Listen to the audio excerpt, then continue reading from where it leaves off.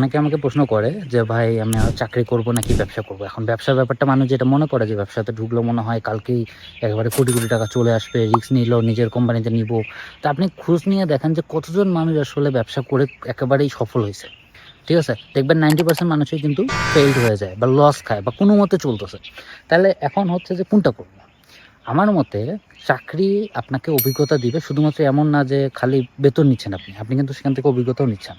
তো চেষ্টা করবেন যে চাকরি করতে করতে ব্যবসা করতে, যেটা আমি করি। আমি কিন্তু জব করতেছি প্লাস আমি ব্যবসাও করতেছি। আমি কিন্তু একটা ছাইড়া দিয়ে আরেকটাতে যাইনি। কারণ যখন আপনি চাকরি করবেন তখন চাকরির পাশাপাশি ব্যবসা যেটা আছে সেটা কন্টিনিউ আপনার আছে। আপনি কি করতেছেন যে আপনি ওখান থেকে একটা সলিড ইনকাম করতেছেন। ইনকামের সাথে সাথে যখন আপনার ওই ব্যবসার ইনকামটা আপনার চাকরির ইনকামটাকে ছাড়িয়ে যাবে এবং আপনার মোটামুটি টিম রেডি, সব কিছু রেডি, যে আমি এখন একটা বিগ জাম্প করার জন্য রেডি, তখন আপনি চাকরি ছেড়ে দিয়ে ব্যবসাতে কন্টিনিউ করতে পারেন।